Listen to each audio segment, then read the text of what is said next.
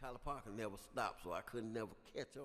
So we put a band together called Soul Enterprise. Soul Enterprise was a real funk band, but we was missing one element until we were exposed to a group called the Ocean Liners. These cats were dancing, they was playing, they was singing, and that was the one element that we were missing. We wasn't a show band. We had a show singing group, but we never thought about putting it to a band. So that way, after we saw the Ocean Liners, we kind of cranked everything up a couple of notches, because the movement on stage and what they were doing, it was really exciting.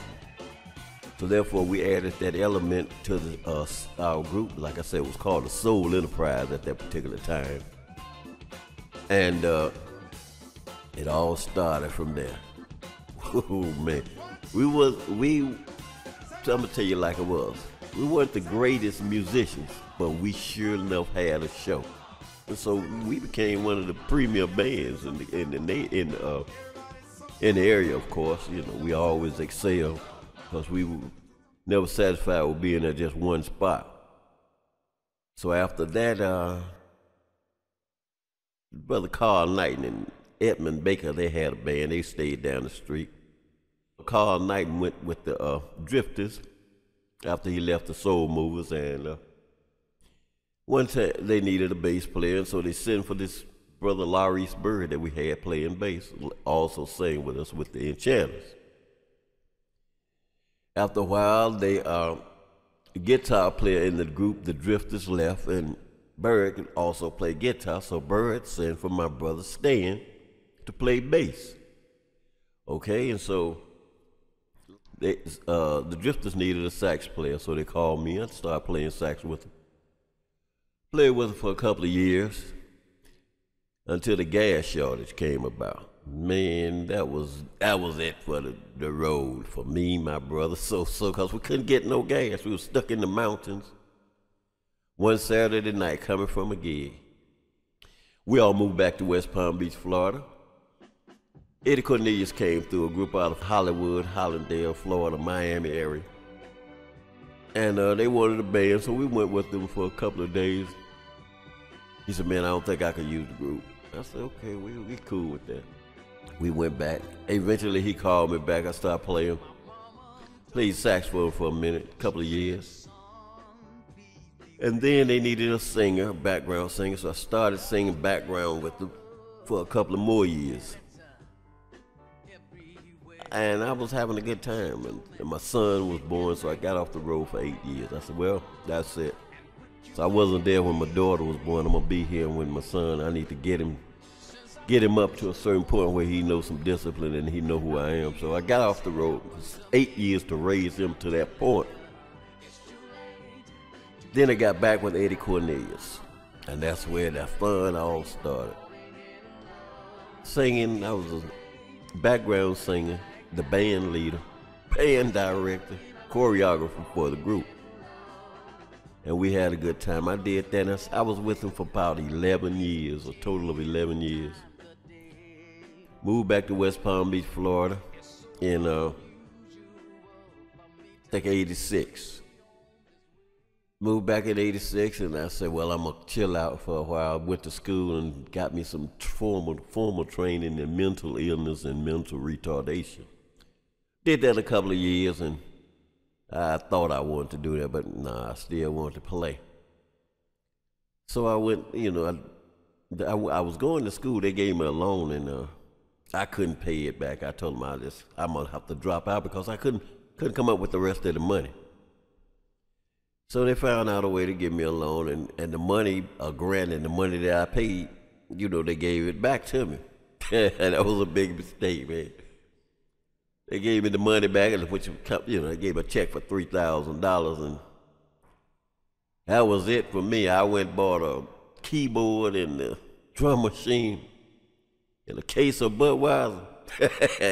I haven't seen the school since. But I put a jazz band together around 89. So the jazz band was called El Willie. That's where the name El Willie come from. And we were doing good, man. I had 4 cats, and we did a good job, and 1 female vocalist. And when we started making money, everybody wanted to get high. They wanted to smoke crack, except for the female vocalist and the drummer, my partner Rick Bazzari. And we went to pick up the keyboard player and the bass player. They were hiding in they thought they were hiding, you know, they was in the room. This is funny, man. They were peeping out of the curtain, but they thought they just were peeping out of the curtain. They had the whole curtain open. You could see the whole head, and they looked like they was trying to peep. And we looking right at them, the head just all in the window. You know, you can't miss it because it's like it's wide open. And they just peeping, we knocking on the door. And they still people, man, come on out, we gotta go play. We looking right at you. And they just still peeping around the corner, so we left them. Went to the club. Drummer and myself and the female vocalist told her we wasn't gonna do the gig, but me and the drummer tried to play the gig. Club owner said, "Al, I appreciate what you're doing, that ain't gonna work." So I said, okay, no problem. I'm gonna put me a 1-man band together. My brother said, man, ain't nobody gonna pay to see no 1-man band. I figured out real quick, I didn't know how to play no keyboard. I can't sequence these songs. I don't have a clue about what I'm doing. But I told the man I'd be ready in 6 months. All right, I started learning how to sequence, started doing this, started doing it, and I got pretty good at it.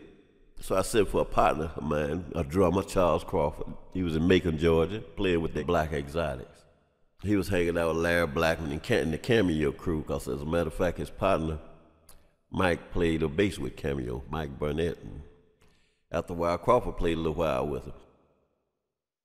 So Crawford said, yeah, I come play with you, man. And when he got there, we opened this club. The guy gave us like a couple of months to get ready to open the club. I made pretty good money. I was making $1,000 a week, you know, and that's what I was making. I was paying Crawford, I think, like $200, $250, and I was paying for him somewhere to stay. And we did good, man, for 6 or 7 months. But everybody said, don't nobody want to see ain't nobody gonna pay to see a 1-man band. So everybody thought I was crazy. But I was the only one making money. So they found out that theory about nobody wanted to see a 1-man band it was not true, put it like that. So I did that for a while, but then I said, I want to really put this 1-man band thing to the test. I got to go where the big boys play. So I struck out and went to Atlanta, Georgia, in '93. Put the 1-man band to the test. Lo and behold, I was taking a whole lot of cats' gigs, you know, because I was playing saxophone, singing, and not really playing keyboards, but I put the stuff together. And that's when I learned, man, people can appreciate, as long as it sounds good, and like the record, they love it, you know. They love that. And so that's what was going on. You know, you pick the right songs and you play it as well as you can without too much improvisation. Maybe on the end a little bit, you bend it and you curve it, and you can make a living doing it. And also when you go to different venues, like I was playing at this supper club, and I had a couple of good songs. But then when people start coming up requesting certain types of songs, you learn them, and then your repertoire is outrageous. So you're pretty well prepared to do anything you want to do as far as playing. So after a while, I moved back. I think I got hurt in 2000. Moved back to West Palm Beach, Florida. I came back to Florida for a while, and I ran into this cat, Theodis Ely. This cat said, well, I want to do a sequence show. I said, yeah, right. So I went. He was serious. And he said he had this song he had been rolling around in his head. He had introduced it to a couple of people. He had a scenario for the song. He was telling me about this old lady and what she said. And And I took it from there. Stayed in the hotel for a couple of months and put it together and and it all started out pretty good. And that's basically what's happening. And in 2005, I decided to put my own thing out, do my own thing, and that's what I did. So that all that led up to this. The name of this CD here is Up Close and Personal. It was supposed to be 5 or 6 different artists there, but I had one particular artist I was going to try to do something special for, but it just didn't work out. So the name of the CD is Up Close and Personal, and I hope you enjoy it. So after the things didn't work out the way it's supposed to, I just put some songs together that I particularly liked myself. So basically, I hope you like it and enjoy. You figured them?